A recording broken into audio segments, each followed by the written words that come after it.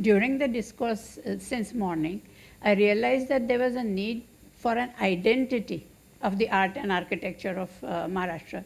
So in that sense, I thought Ashayaghana, which is my title, could be good because our temples are not necessarily humongous, but they are Ashayaghana in the sense, simple question of how we measure ghanata, which is density, mass upon volume. Our volume is small, but our mass is large, and therefore we are very dense. So that is what I mean by Ashayaghana. And I'll stress this point again and again, that we look at sculptures and we say, oh, how beautiful, how pretty. But they are not art objects. This temple art was never there as an exhibition of art. It was a pictorial script. That is what is said by Heinrich Zimmer also. It's a pictorial script, and it is readily understood symbolism. If you go to Elephanta, you find some villager who comes. He will see the snake around the neck, and he will identify Shiva. Others will not know it because we already know this script, and we know all the legends as well as whatever but what is important for Maharashtra, especially the two temples I have worked on, Ambernath as well as Bhuleshwar, is they are meant to be understood. And it's an understanding which does not come by just looking. It requires introspection. It requires, I worked on Ambarnath for 13 years. And it took a lot of reading, a lot of other people's thoughts that I had to read up to understand it. And what Dr. Agrawala has said is also very good. Art by its nature is a visual commentary on or a concrete manifestation of thought, which is abstract and invisible. You cannot make a picture of an abstract thought, but you can try to illustrate it through objects of art. And he says that they are like documentation of a thought world that has changed. People have departed, but things have remained. And this was what is the aim, is to provide a brief. In Maharashtra, in the past 75 years, the research done to present in 20 minutes is a monumental task. But I want to show a few chosen temples and the concepts, what I'm saying about Ashayaghana. I want to illustrate what they're illustrating. So this is Maharashtra, and you can see that I'm going to start at Markandi, Gadchiroli. Then I'm going to go to Ambernath. Then I'm going to go to Kopeshwar and Khidrapur. Then I'm going to come to Nagnath. Then I'm going to Anwa. And then Harihareshwar. So it's crisscross. So let me start. The four dynasties, the four known temples where dynasties are known: Markandi, probably due to the attributable to the Kalchuris. And Ambarnath is, of course, known Shilahars of Thana. Kopeshwar, Shilahars of Kolhapur.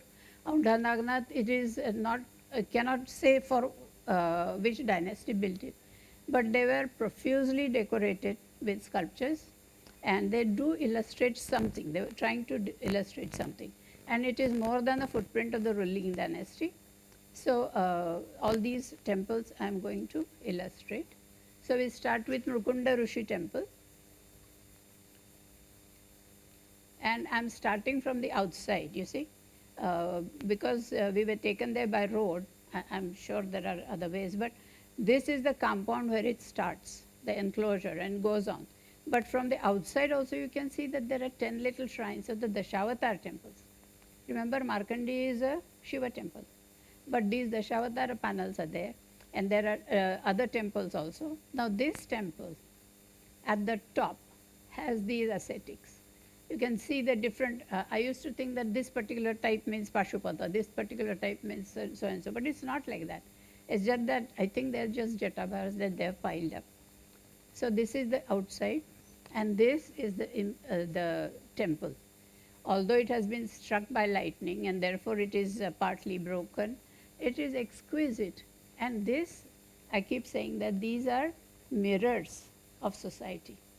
What do I mean by that? For example, this one, this is the Mukha Mandap. This is also Trijanga, like Khajuraho. This is the main, you see, from here to here is the Garbhagriha. This is the Kapili. Kapili is the thing that joins the mandap to the Garbhagriha. Now you notice they were the artists, sthapatis in those days were very particular about symmetry. So you notice that if this is the Garbhagriha, there are vasus on either side symmetrically.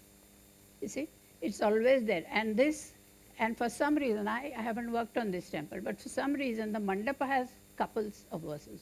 That means Mithuna, vasu. But here there's individual. But vasus belong to an era which is kind of straddling the very old and medieval. So the vasus are there. And on this, it is everything about the temple is exquisite. You have this Gajalakshmi, and here you have Kartikeya, and here you have Ganesha. Even at Ambarnath, and on the Kapili, on the north Kapili you have Kartikeya, on the south Kapili you have Ganesha, but there is no Gajalakshmi at Ambarnath. But this one, this set is also very remarkable. You see, I have enlarged. On one side is the Gajalakshmi, the Kapili, that means the panel that is joining the Garbhagriha to the mandap. And this is the standard portrayal with the two elephants. This is Kartikeya and this is Ganesha. But on the top of the central, Trijanga part, the top has this particular image. You notice Ashtabhuja, it has 8 arms, and it is Chatushpada. Chatushpada is symbolic because a similar image is there at Khajuraho and it is inscribed. And it, because Khajuraho, Kandariya Mahadev is also Shaiva Siddhanta. There, this is also perhaps is Shaiva Siddhanta, but the Paddhati texts, they were the in between what is the spoken word by the considered to be directly from the mouth of the god, and what is actually practiced. So this is sort of go between. It tells you that there are 4 parts. One is jnana, then there is yoga, and then there is kriya, and there is charya. And about this kriya, I want to also emphasize that in Maharashtra, at least in Shilahars and whoever built the Bhuleshwar Temple, it is parartha kriya. Parartha kriya, that means meant for the benefit of the others, populace. It's not because it's Gangaikonda Cholapuram, because they conquered Gangaikonda. It's not that. It is because they want to do something for the people, and this is very essential because this is what keeps society on an even keel, when people understand what are the correct things to be done. And there are, of course, I see here a Naravyal. I don't know whether you can see that. Naravyal is a half animal, half other. Usually they are Shukavyals, where it's part, the head is parrot, something like that. But here you actually have a Naravyal wearing earrings. So always, and there are like Shalabanjikas, they can't be called Amrabanjikas, but there are beautiful sculptures everywhere.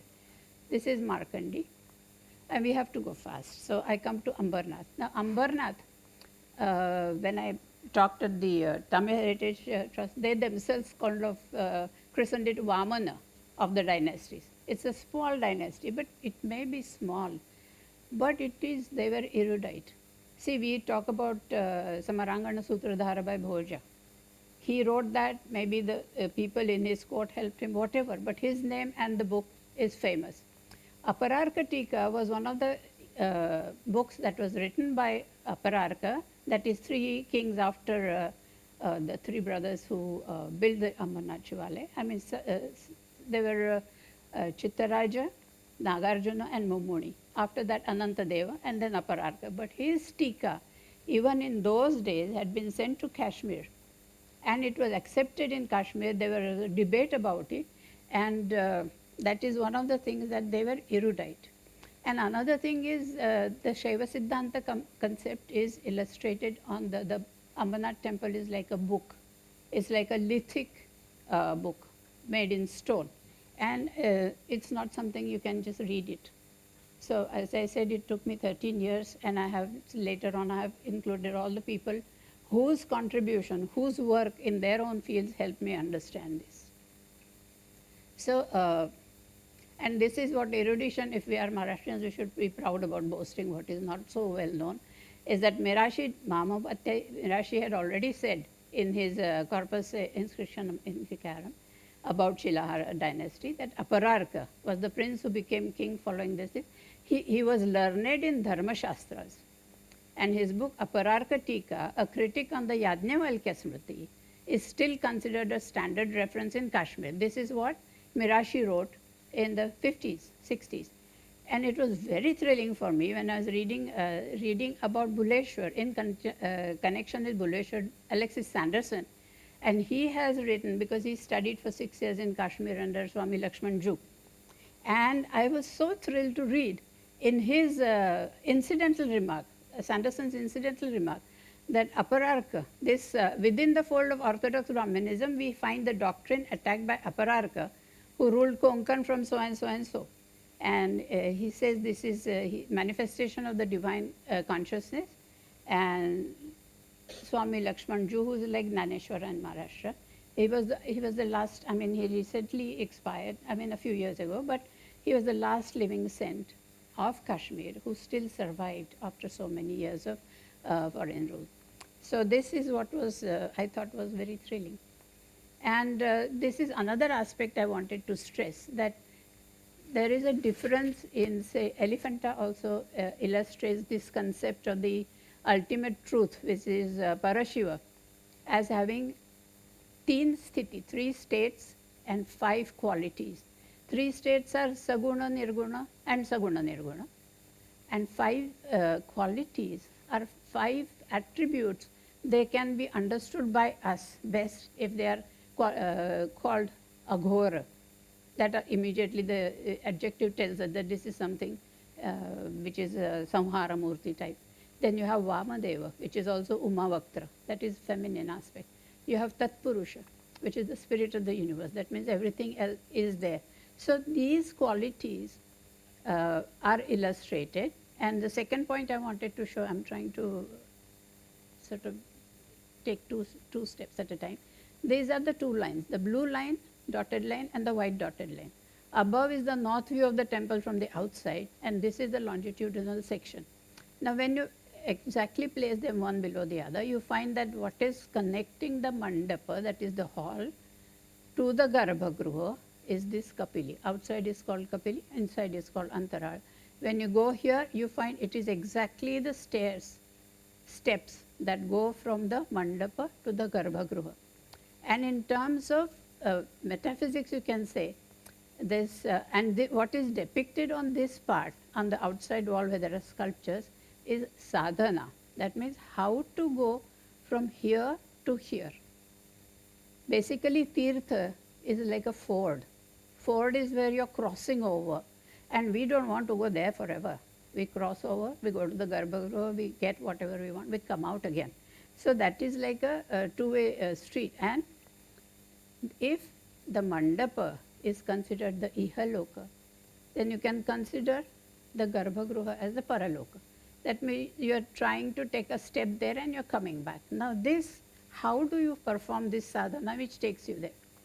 And these are portrayed on that part. On this side I have the north, and on this side I have the south. On the same Kapili, here you have a man, see, I have got backwards and forwards, but 3 things are required in the sadhana. One is Gatra Shuddhi, which we all do. We take a bath, we remove our shoes. Then you have Chitta Shuddhi. For that we have an atmosphere and ambience that engages all our senses. We light incense, the sense of smell. We hear, we chant things. So all those are engaged. But the main difficulty in reaching, fulfilling our wishes to understand what is the ultimate is ahankar. That is considered the biggest mala. And therefore, if you get rid of the ahankar, then you become leaner. And how do you get rid of ahankar? By being ridiculed by others. It is understood that it is not something that comes from within. It's when outside people ridicule you, then you feel hurt. And I think these are things that occur to you eventually as you keep going to the same place again and again. So this, I have explained this ahankara. Now when I was talking, I was working on Bhuleshwar. It is Natha. And therefore I was looking at the biography of all the four Gnaneshwar, Nivrutti Gnaneshwar, Sopan and Muktabai.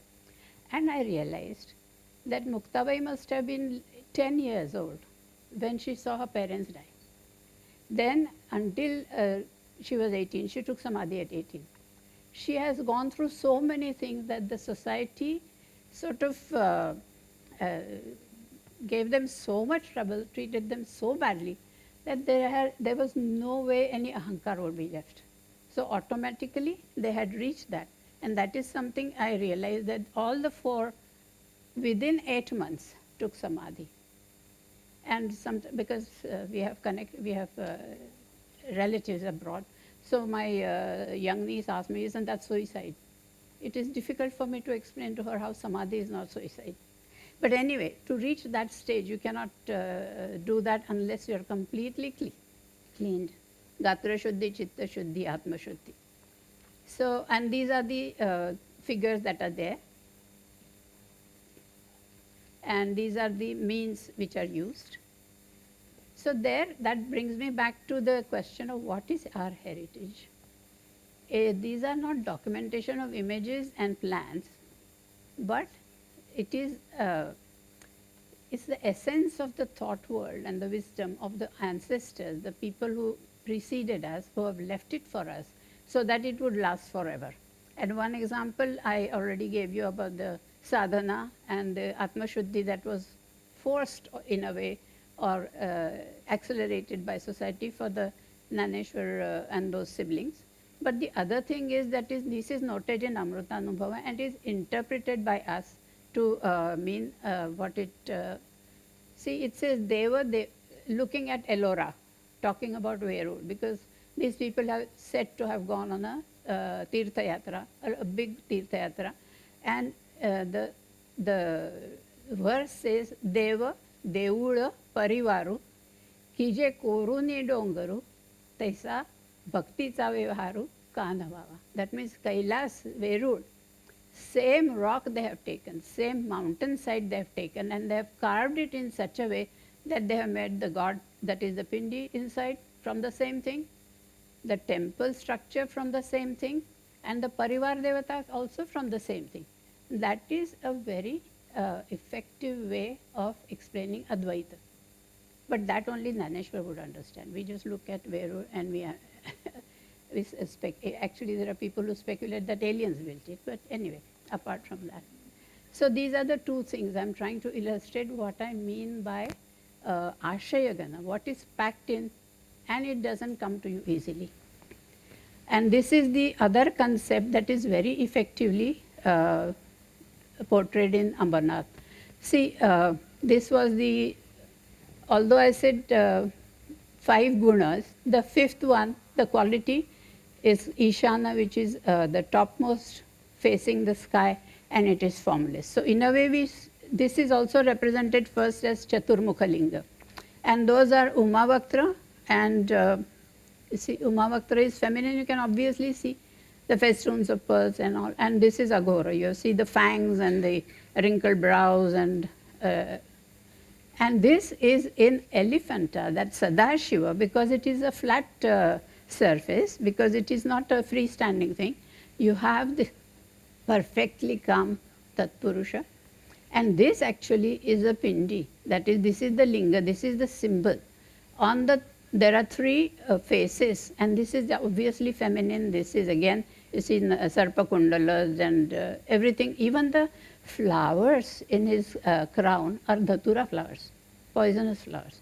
These are not ordinary flowers. So, and this Ambarnath has taken one step further, because you have this Garbhagruha, the sanctum, and then you have these 3 outside walls. They are called, in the Shilpa Shastra text, they are called Ghana Dwara, which is so redundant. I mean, how can a Dwara be Ghana? How can a door be solid? But they are Ghana Dwara because they may be Ghana to us, but they are not There nothing to the page what is inside, and therefore what you see is the feminine aspect here, Mahakali. But feminine doesn't mean a bashful Uma. It means Mahakali, that is the Shakti. Then you have the Tatpurusha, and in this case, Ambarnath is in 11th century. So this case it is syncretic. You have Brahma, you have Vishnu, you have Shiva, and you have Surya. So that is the spirit of the universe, and here you have the Aghora. Aghora, this is the Gajantaka Murti. Unfortunately, I can't go into these magnificent sculpture and magnificent photos. And actually, Carmen Bergson, in her Columbia home, she told me she has an enlarged Gajantaka on her wall in the living room. So those, my favorite is her favorite too. Then I go to Kopeshwar, Khidrapur. This is Kolhapur Shilaharas. And there's so much, and again I said if I haven't worked on the temple, I don't talk about it. But this Gajatara you can see here. See, Shilaharas of Konkan were Vamana dynasty, not Kolhapur. Kolhapur were fairly affluent. And you can see in a way all the Adhishthana, all the deities that are pictured there are riding an elephant. And Dr. Jamkhedkar calls it lack of Vahana Viveka. Everybody sits on an elephant. It doesn't matter. It is the Gajatara, their way of portraying it. This is from the back. What I want to illustrate is just a few hundred yards from this, is the Khidrapur Adinatha Basati. Adinatha Basati, same artists, same people, but see, Jainism, and this is, I'm not a learner, I haven't done Indology, so I don't know, but I'm free to that way express my thoughts, is that Jainism could survive because they were very adaptable. They modified, they understood what their devotees wanted, and they tried to cater to them. If the Jaina devotee found that his Jina, he has reached his own end, he has reached his own goal, but he doesn't respond to my prayers. He will not answer my prayers. I cannot ask him for a boon. He is completely beyond me. So therefore they invented the Shasana Devatas. Each Jina has a Yaksha and a Yakshi. So they are like agents. You can pray to them and they will answer your prayers, convey, whatever. And to the extent that you see this one, on the Kapili of that Adinatha Basati, what you see is basically Ambika Yakshi. And you know it is Ambika Yakshi because they put a chhatra on her head, and she has the two kids, the husband who had turned into her Vahana lion, and the one kid is sitting here, the other one, she is holding an Amralumbi. So this is an adaptation of the script. That means they are saying, they're trying to express their things. And here you see, there is a Yaksha and there is a Yakshi. So this is how society is reflected in the temple art. So this I have already explained, and I have tried to say that you have to look at it as it existed then. This is, we are talking about 12th century, 13th century. And there was no such animosity or polarization. Hindu kings had Jain queens. Hindu kings gave donations to the Jain basatis. And this, not only the Shilaharas, but when Shilaharas of Kolhapur were finished by Singhana, even his Krishna's brother Mahadeva gave a grant to a basati. That means there was no polarization or animosity. Everybody, I mean, these were parartha kriyas in the true sense of the word. And this is, I'm going to the next one, which is Aundha Naganath. And I'm going to rather skip the temple proper. I'll tell you what I'm going to cover. Now this is, you can see that the lower part, the Adhisthana, is obviously very ornate, very well made. It is old. These are built afterwards. This also I have some explanation for that, but not right now. What I want to concentrate on is that in Singhana Yadava's time, things had changed, socially had changed. Because on the three porches of Aundha Naganath, because there are, on either side you have panels, and all the 6 panels have this kind of a sculpture, where you have a lady on a horse leading a phalanx of elephant brigade. This is one, this is the other one. I could fit 4, but all 6 are like that. And she has been, although she has been vandalized, her torso remains, and her her lead portion remains.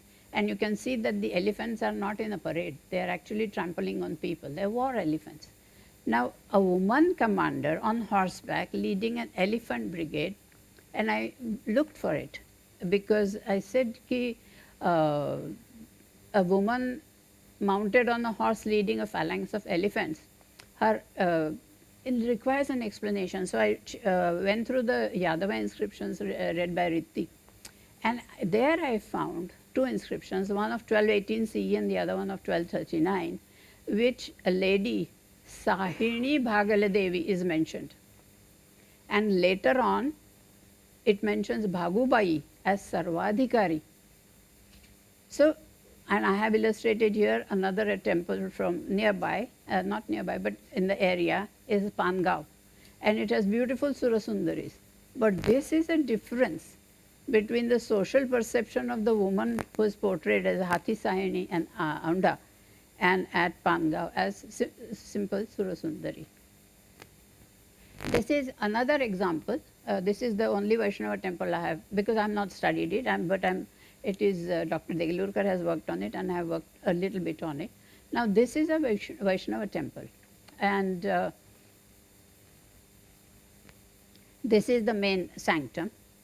Now I cannot go into details, but all those, you see, I explained what, how do I know what those forms are and how do I sort of logically reach that conclusion. This is the sanctum.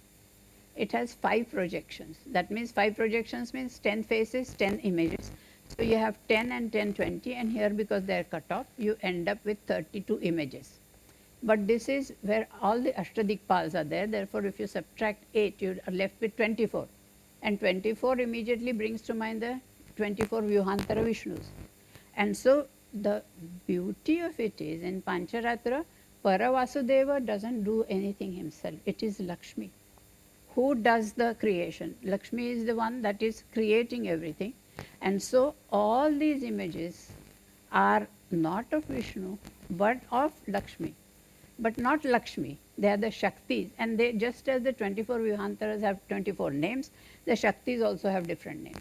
And they are obviously not based on, Dr. Damketkar pointed out, they have nothing to, the name has nothing to do with their function.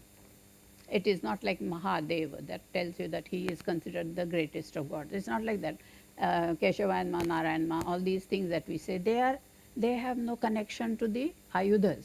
But they have now published these old Puranas, and even Ishana Shiva Gurudeva Paddhati, but he has more than 24, many more.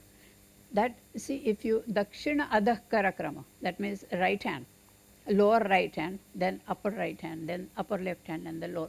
That is how you name them. So you have this lady with a Gada, then Shankha, Chakra, and Padma. So she is Ga, Sha, Cha, Pa. That means the actual 24 Vyuhantara Vishnu would have been named Vasudeva, but she is called Lakshmi. Then here you have the other way around. See, fourth hand is broken, but you have Shankha, you have Chakra, and you have the Gada, which means this must have been Padma. Therefore, she is Pasha Chaga, that means she is the Shakti of Kesha, which is Kirti. I'm just giving you an example of how concepts can be explained through. And it is definitely a Vishnu temple because on the Lalata Bimba in the center you have Vishnu, and the Dwarapalikas are female. You see? These are Dwarapalikas. And they are female. That means it was dedicated to Lakshmi. And Dr. Deglurkar has mentioned that although this has been, it is very easy to take a murti out of the sanctum and put a Shivalinga in it. But he says there is a temple, I have not been able to go there and see, of a Lakshmi in the town itself.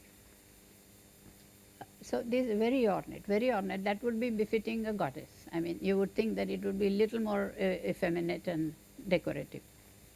That brings me to another Hattar Singh Kudal Sangam in Solapur. I think it was desilted only in 1998 or something. Therefore, we don't hear of it. It is a Dvigarbha, and one, it is called Hari Hareshwar. That means both Hari and Hara are there. And you see the ornate work, and these are my favorites. You see the Kinnara and Kinnari. They're so beautifully done, this kinnara, and you see the hind part is of a bird, and you even have the feathers. This is, and they usually have this thing that the kinnari plays the tal. I think she makes the men dance on her tal. But these are beautiful sculptures. And then I'm going to go through a lot of stray sculptures and all that. And the Padmavati Devi sculpture at Chandigarh Museum entrance. When I got to Patiala, I went to the museum, and right before you enter the museum is this huge, bigger than life-size image of Devi Padmavati. I almost felt like atke par jhanda fadkolल्यासारखं मला वाटलं, because in Patiala you have an image from Kolhapur. These are again Jain images. Sheela has perhaps some influence of the Kolhapur dynasty. Then I'm going to show you something from Ramtek, something from Mandha, Pavnar, Divyagar, and so on. So this is the Devi Padmavati. And what is interesting is that here it is in Braille. The description is in Braille. So that the person who sees, if he can feel the image because it's there in the open, no case or anything, and he can understand the description. That brings me to another Padmavati, because my husband was from IIT, so we had gone there, and they showed me a Padmavati temple which is there on the campus. And this is the, Powai Lake was not natural. It was constructed, sort of. They made it to act as a reservoir. And therefore, original Padmavati temple, which was there, had been shifted on the IITB campus. And that is known as Padmavati temple. But 1925, there was a drought, and the lake dried up. And they found this stone. And this stone has inscriptions. We are not connected to that, but it says Pavai, Swasti Shri Pavai Grame. That means that Pavai Gram. Pavai was the name because it was named after Padmavati, because Padma, Pamma, and that is how it got the name. And the Portuguese converted it to Powai. So this is Padmavati for you. Vakataka genealogy I just give because we know about Harishena because of Ajanta. We don't know very much about this branch. This is again power of women, never underestimate it. They were all Parama Maheshwaras, all these. They were very devout Shaivas.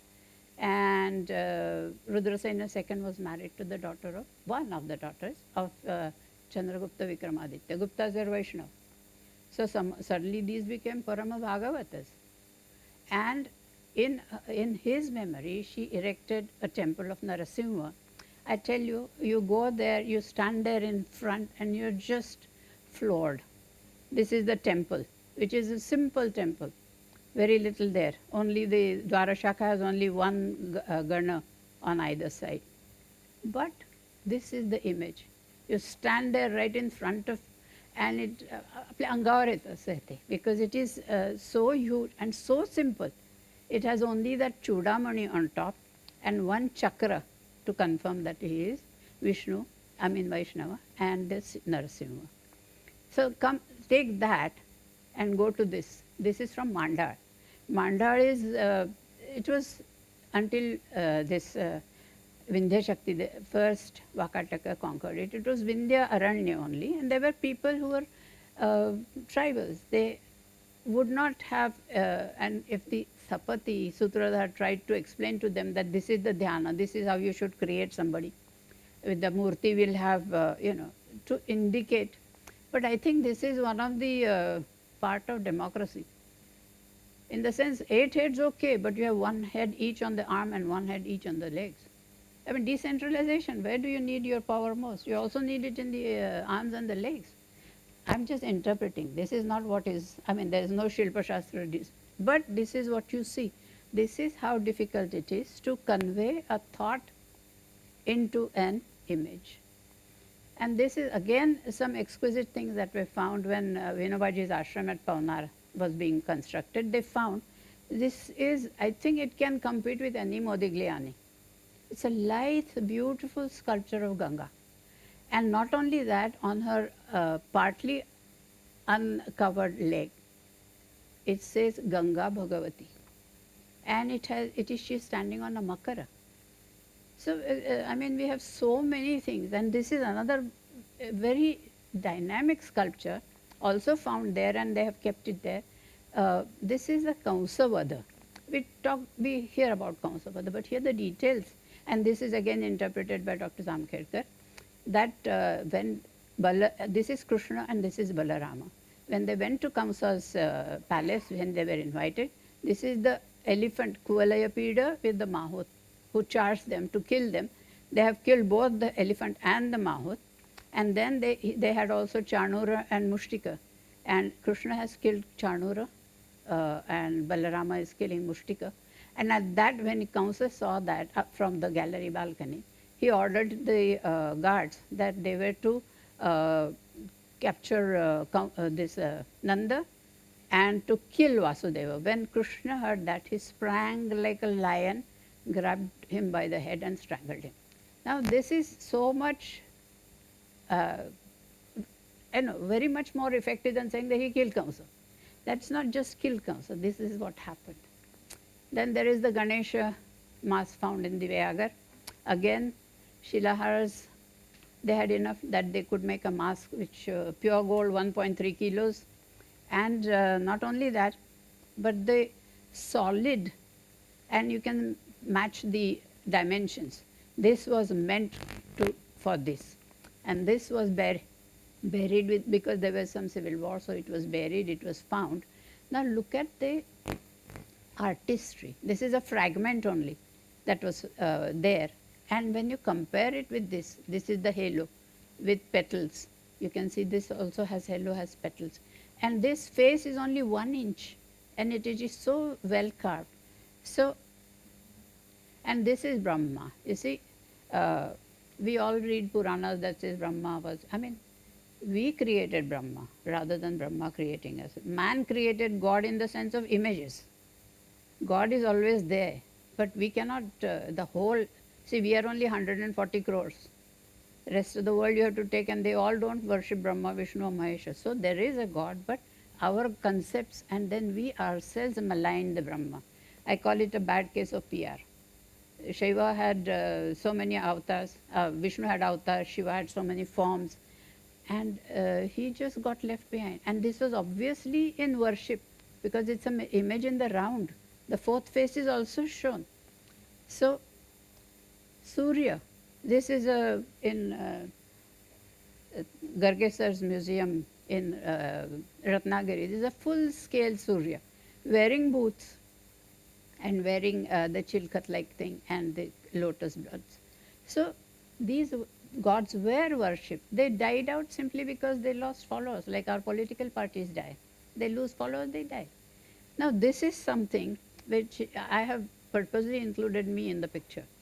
You can see how large these things are. This is at Amdapur. They don't know where, I don't know where they come from, but this is an old picture of Kandhar Fort. Kandhar Fort was the old capital of Rashtrakutas. 5 minutes, thanks. Okay, so this is something I would have loved to, but I'm not going to talk about, is Bhuleshwar. Look at the outside. This is done by Brahmendra Swami, the Peshwa. And look at the inside. It's absolutely priceless. And here, the Sthapatis always wanted symmetry. This is the original. But see, they have been built around. This is not by Peshwas, the other people. But you can see this is totally unsymmetrical. There's any number here, scattered. So this is not an old structure. But in connection with that, I just want to show you that it is a Natha. But this is before the Nathas. They each had their own identifying ayudas to identify them. This is the cake. See, because Trika, Abhinav Gupta, Kashmir Saivism, these are the terms thrown around. So when I was reading one of the articles by Sanderson, I found this picture. This is internal worship. You are supposed to visualize. And what kind of goddesses? Para, the supreme and the benevolent. Then you have Apara, which is malevolent. But you have Para Apara, which is both this and that kind of thing. Like we never go from Saguna to Nirguna. We go Saguna, Nirguna, but there is something Saguna, Nirguna in between. And there are 10 panels like this at Bhuleshwar. And you notice central is larger and the two are smaller. And I think it's just incidental, maybe incidental, but you see Ganeshani, Vainayaki, in the Paraparas place. You remember that it is said that initially he was a Vignesha, then he became a Vignaharta. So in a way, that is my flight of fancy. But you see, these Hatha yogic postures are there in all the 10 panels. So there has to be a connection. I haven't found it yet. But and where did I find so many connections?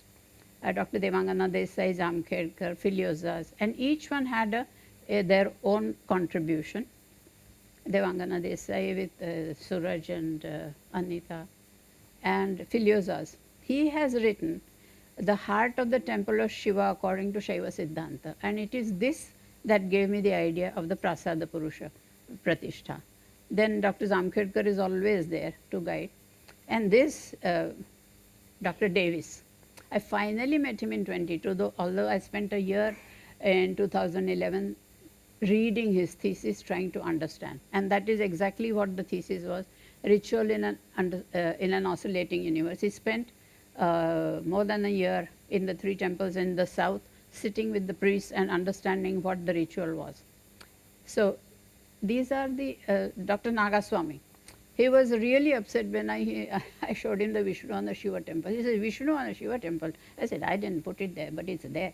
Because this is the society which is changing. It is not as polarized or as, and Adam Hardy, of course. He is a font of knowledge. And Kevin Standage, the photographer.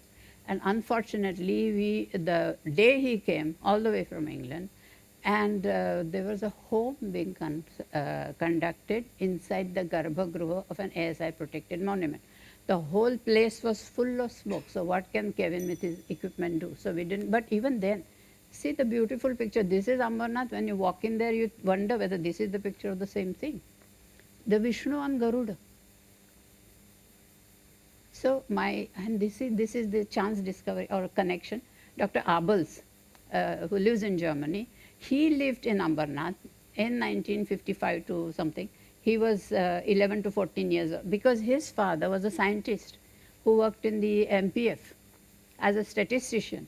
Because ballistics, you have to know the ballistics of the, because these are, and this is what I want to show you. You see, do these look like people, our Nagari people? They're all Adivasis.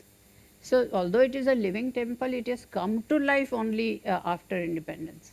But this is the photos he sent me very kindly. And now whenever we correspond, he talks about Ambarnath as our temple. That means he said mine, okay? So these are other things that we have to do. And I cannot stress it enough. Ambarnath has to be experienced to understand how much it can teach us. And these are all the people I take there. And for the future, I can only suggest a few things. We must understand why they were built, what was the purpose, and research both languages. It must be available. And these on-site walks are necessary. I will not go into the Bhuleshwar Temple at all. But this is another one. You see this Devlana in Dhule. And it has the Kundalini, the Ida Pingala and Sushumna, how they meet and how they become one. And this is another one who is an engineer, who is turned a historian. And he has written books on because this is social history. There are inscribed Sati stones. So, and I again just remember Carmen Bergson. She told me that we must, these tourist attractions, UNESCO, etc. is okay, but once again we must acquire the sacred value they once held for the people. When they did, I mean, this is her way of expressing it, they achieved Ananda. What it means is you must understand what the temples were built for. Thank you.